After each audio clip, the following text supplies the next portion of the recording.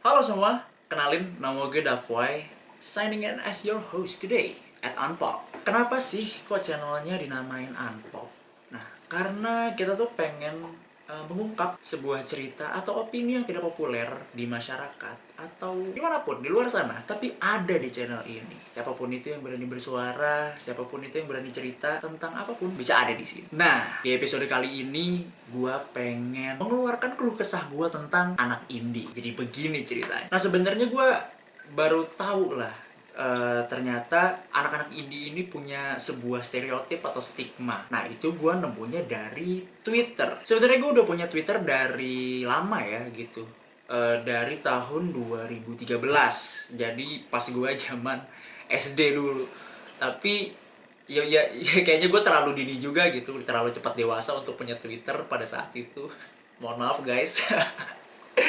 Nah, tapi Twitter dulu sama Twitter zaman sekarang itu beda banget. Nah, gue ngelihat sekarang, entah ini udah lama banget karena gue juga baru comeback ke Twitter di akhir tahun 2019 ya. Nah, Twitter sekarang tuh banyak banget akun Fast. Akun Fast tuh ya mungkin di sini juga penonton juga tahu ya. Akun Fast tuh kayak dudu lah dari siapa untuk siapa secara anonim, dan biasanya itu ada di akun-akun kayak universitas. Di setiap universitas pasti ada akun Fast, entah di OA Line atau di Twitter. Gedenya sih di Twitter ya, yang gue tahu. Nah, selain akun Fast, itu ada juga akun teks, yang depannya pasti TXT itu tulisannya. Nah, itu macam-macam, ada teks dari berseragam. Nah, teks dari berseragam itu adalah isinya menampung cuitan atau komentar atau apapun itu dari orang-orang angkatan. Nah, yang gue tahu ya dari polisi, dari PNS atau dari TNI ya. Ya pokoknya di situ dia lucu-lucu isinya. Terus ada dari teks dari Ridwan Kamil. Itu berarti Pak Ridwan Kamil, Gubernur Jawa Barat itu kan gaul ya di Instagram atau di Twitter. Nah, yang lucu-lucu tuh ditampung di situ. Nah, ada satu nih akun yang muncul di timeline gua di antara 1000 keributan, entah Omnibus Law, entah Pulau Komodo, entah Joko Chandra, atau keributan yang ada di negara inilah. Muncul di timeline gue, tiba-tiba ada satu yang menurut gue tuh nyebelin banget tapi lucu, yaitu teks bocah indie. Jadi isinya teks bocah indie itu menampung ya yang kayak tadi gitu, kayak menampung komentar entah di Instagram entah dimanapun, sampai ke personal chat ya. Itu apa namanya, yang nge-submit ke admin teks bocah indie ini tentang komentar-komentar anak indie, iya anak indie. Yang apa ya, kalau sekarang tuh ngomongnya senja-senja kopi-kopi semesta gitu lah. Nah, mungkin karena nyebelin sekaligus lucu gitu, orang-orang banyak follow, dan gua pun akhirnya follow gitu ya, walaupun isinya nyebelin.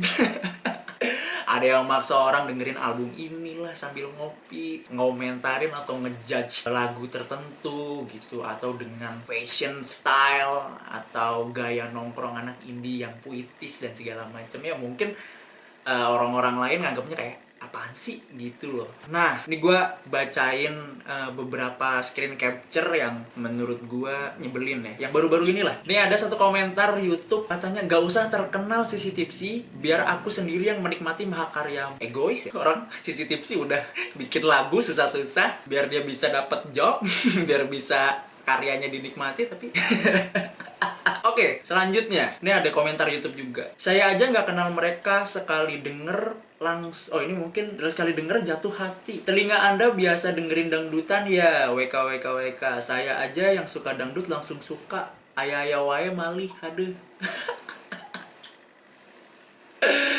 Ya ampun, ya ampun, ya ampun. Ini ngejudge selera orang ya namanya. Terus selanjutnya, apa nih, gue kalau denger lagu ini pengen resign dari tempat kerja. Di otak gue tuh pengennya gue punya bisnis makanan kecil-kecilan, toko baju. Nggak apa-apa lah untung kecil, intinya gue males jadi karyawan pabrik. Ya oke, niat yang bagus, tapi kayaknya jangan karena lu baru denger lagu ini terus lu pengen resign. Kasian keluarga lu. belum punya tabungan apa-apa, lu udah nggak punya kerjaan. Buka toko baju sama makanan kecil-kecilan kan juga butuh modal, bos. Mending gaji lu simpen dulu, lu investasiin gitu kemana, baru deh nanti kalau udah settle. Nggak apa-apa, semangat guys. Dari YouTube lagi, karena kupingku hanya mampu mendengarkan musik-musik berkualitas, terima kasih buka musik. Wah, musik berkualitas. Musik berkualitas yang kayak gimana ya? Yang ada liriknya ya semua musik. Enggak sih, enggak semuanya ada liriknya gitu. Instrumental enggak ada liriknya. Ya oke lah. Yang berkualitas bagi Anda. Seperti apa? Nggak jelas sih sebenarnya. Jadi yang gua tahu ya, kenapa anak-anak indie ini jadi punya apa ya, punya suara gitu, punya panggung itu awalnya di mana nih? Berdasarkan riset gua gitu, ngeliat di internet, ngeliat dari ya teman-teman gua yang lain juga yang mungkin suka-suka lagu indie ya kayak gitu. Itu gua ngelihat polanya itu awalnya di tahun 2015. Nah, di tahun 2015 itu bertepatan dengan film Filosofi Kopi pertama yang disutradarai oleh Angga Dwi Masa Songko.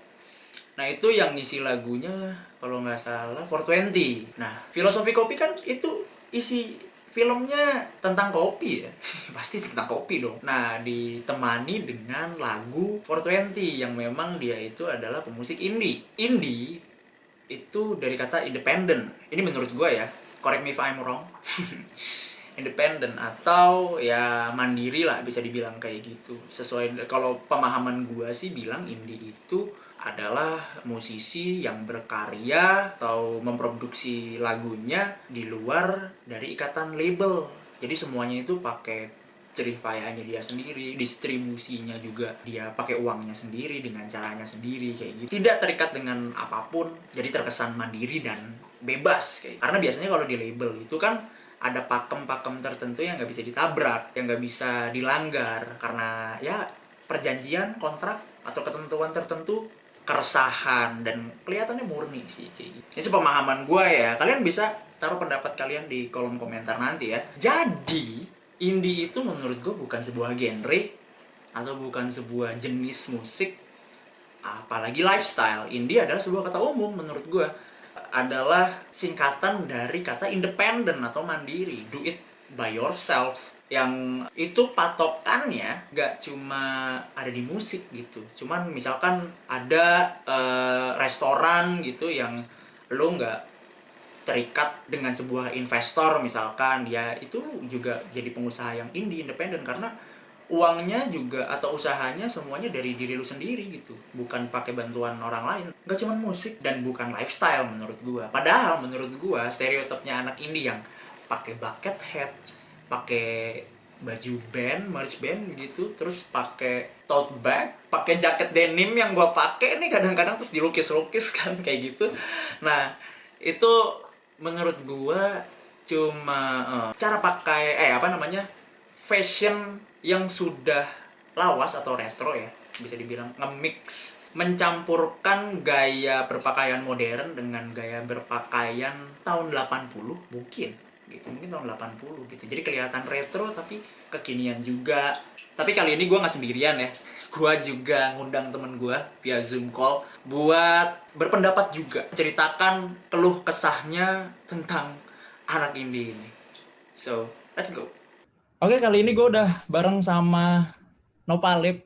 Ini temen gue dari, ya seorang mahasiswa dari Bandung. Orang Bandung ya. Halo Nopalip, apa kabar? Halo, baik. Sehat ya? Iya, sehat. Alhamdulillah. Iya nih gue mau nanya tentang beberapa hal, boleh ya? Iya, nanya aja nggak apa. Dan ini gue yakin lu bisa menjawabnya dengan baik. Karena ini kayaknya topik kesukaan lu. Gitu. Iya, lu tahu gue lah ya. Iya.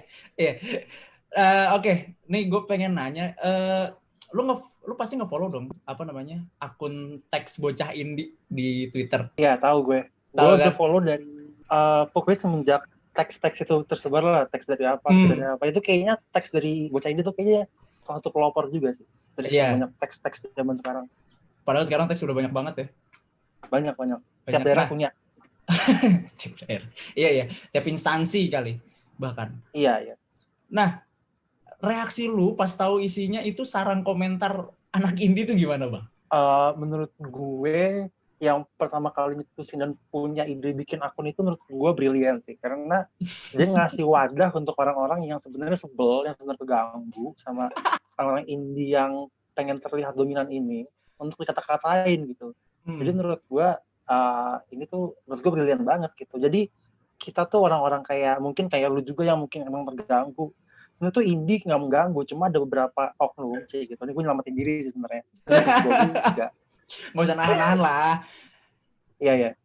Beberapa orang indie anak indie yang nggak tahu batas, nggak tahu tempat, nggak tahu waktu, jadi dia menunjukkan identitasnya kalau gue beda gitu. Itu nyebelin sih.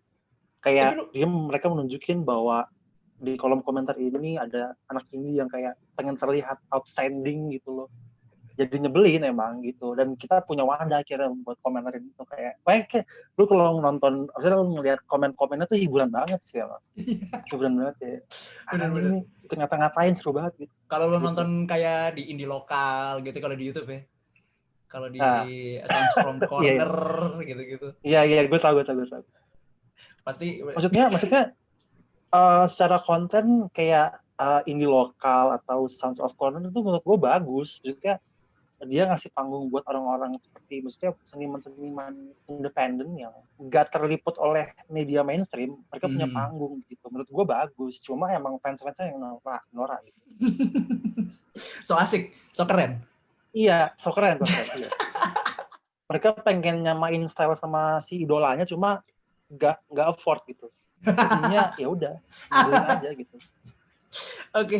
Oke. Nah, kalau menurut lu nih Bang, definisi indie itu sendiri gimana? Gue jadi kayak pakar indie gini ya. Oke. Enggak gitu.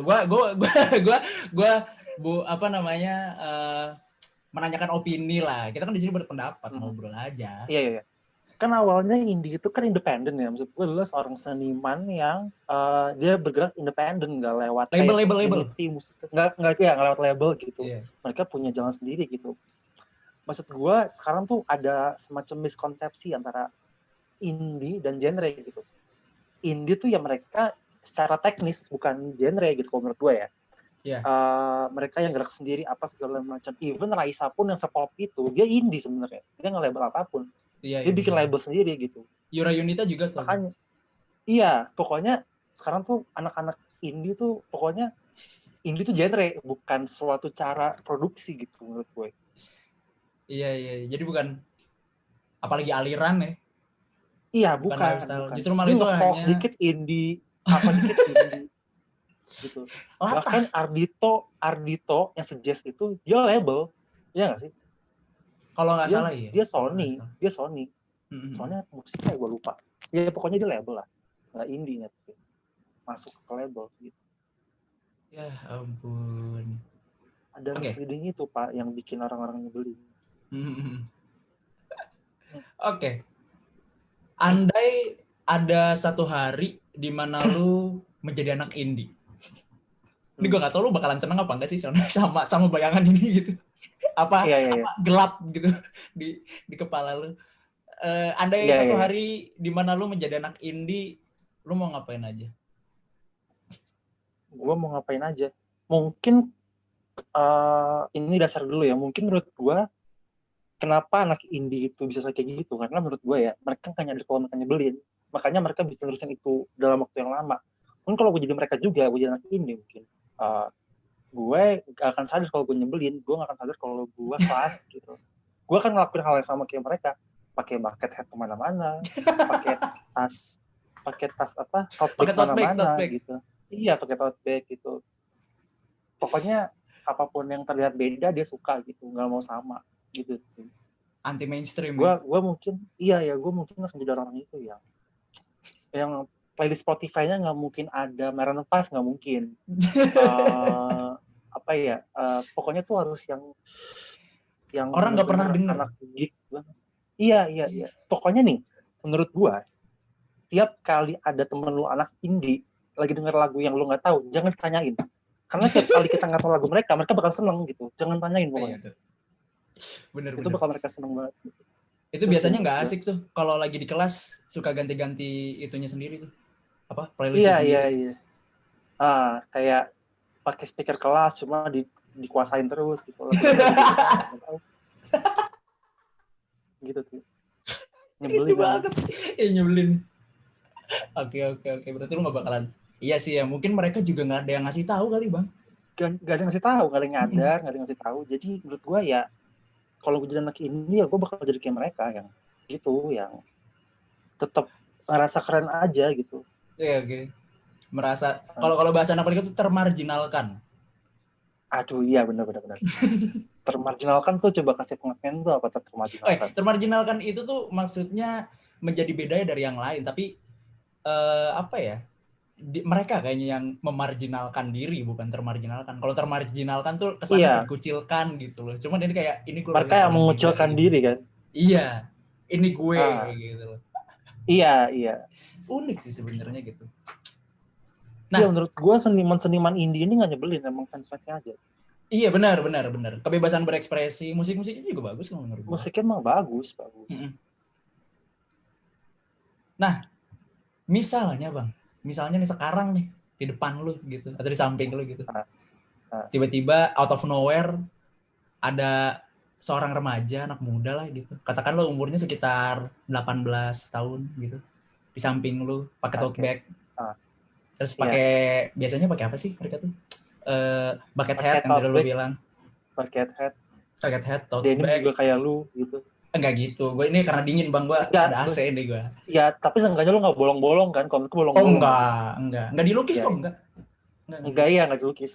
Belakangnya tuh dilukis kan biasanya. Apa? Selalu. Gitu. Terus pakai sepatu Vans, ya kan?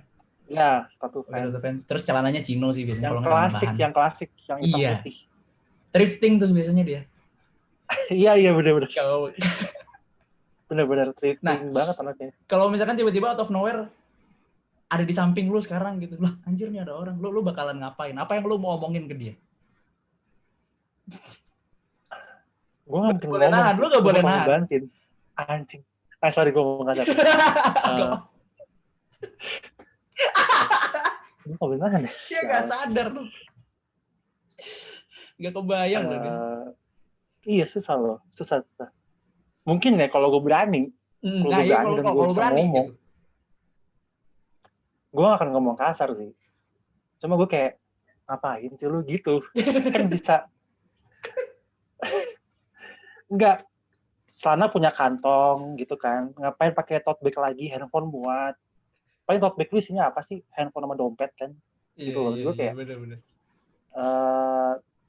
ngapain sih gitu. Mungkin, ini kalau gue mau nyelamatin diri, setiap orang beda-beda ya. Mungkin dia kayak gitu. Ya. Gitu sih. Oke. Gue takut diserang men, coba. Enggak, aman. Ini nanti di depan ada disclaimer, tenang aja. Ada disclaimer. Oh iya. Jadi kita di sini cuman media beropini gitu kan. Iya. Iya, opini gue dong, apa dong. Oh, enggak apa-apa dong. Iya. Suara. Oke deh, kalau kayak gitu, Bang Nopalip, thank you so much atas cerita-ceritanya asal ya semoga aman ya. Takutnya nanti lu diteror gitu di DM lu atau di mana gitu sih. Iya, tiba-tiba lu gitu. Iya kan, cepat tahu tiba-tiba gue teror ke rumah gue dalam bucket hat gitu. Takut gue gitu. Tiba-tiba di blackmail gitu kan, dikirim tote bag selusin gitu. Iya, tiba-tiba malam-malam jam 2 malam ada 420 lagu dari mana gitu. Dihantuin gue sama lagu 420, takut gue. Oke, thank you Nopalip. Sukses terus. Sehat selalu. Sama-sama. Terima kasih. Ya, kalian juga. Thank you ya.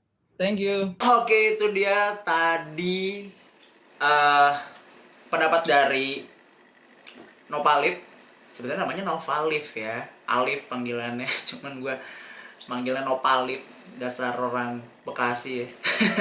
Sebagai penutup, gue cuma mau ngingetin lagi bahwa video ini bukan bermaksud untuk mendiskreditkan anak indie, tapi justru malah gue tertarik dengan kultur tersebut gitu yang terjadi di saat ini dimanapun berada, karena apa ya, interesting aja gitu, punya sudut pandang yang beda terhadap musik, terhadap lifestyle, terhadap sastra. Bagus dong, tingkat literasi orang Indonesia bisa naik gara-gara anak indie suka baca puisi.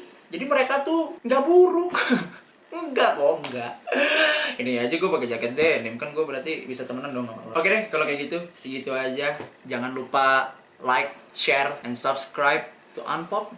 See you guys on the next episode. I'm Dafwai signing out. Bye.